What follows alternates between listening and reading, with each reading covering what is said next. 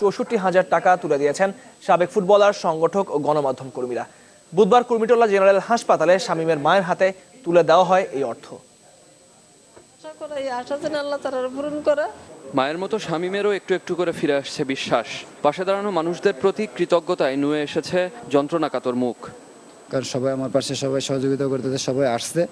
ইনশাল্লাহ আমারও বিশ্বাস আপনারা ইনশাল্লাহ আমার আগের রূপে দেখবেন। শামীমের ক্যান্সার আক্রান্ত হওয়ার খবর চ্যানেল 24-এ প্রচার হওয়ার পর এগিয়ে আসেন দেশ বিদেশের সাবেক খেলোয়াড় ও ক্রীড়া সংগঠক, সাংবাদিকরা। খেলার জগতেরই মানুষ, মানে ভালো কিছু করার একটা তাগিদ থেকেই মানে এই জিনিসটা করা আর কি। আরও বেশি খুশি হব যদি গ্যালারিতে বসে শামীমকে বল নিয়ে ছুটতে দেখি। আপনাদের একটু সহযোগিতা ওর জীবনটাকে বাঁচিয়ে দিবে এবং ও আমাদের মাঝে আবার ফেরত আসবে। দুটি কেমোথেরাপির পর পাকস্থলীর ক্যান্সারে আক্রান্ত শামীমের সুস্থতা নিয়ে আশাবাদী তার চিকিৎসক। ওকে যদি টোটালি একটা সাপোর্টিভ ম্যানেজমেন্ট দেওয়া যায়, ওভারঅল একটা ট্রিটমেন্ট দেওয়া যায়, তাহলে ওর ফিরে আসার সম্ভাবনা যথেষ্ট।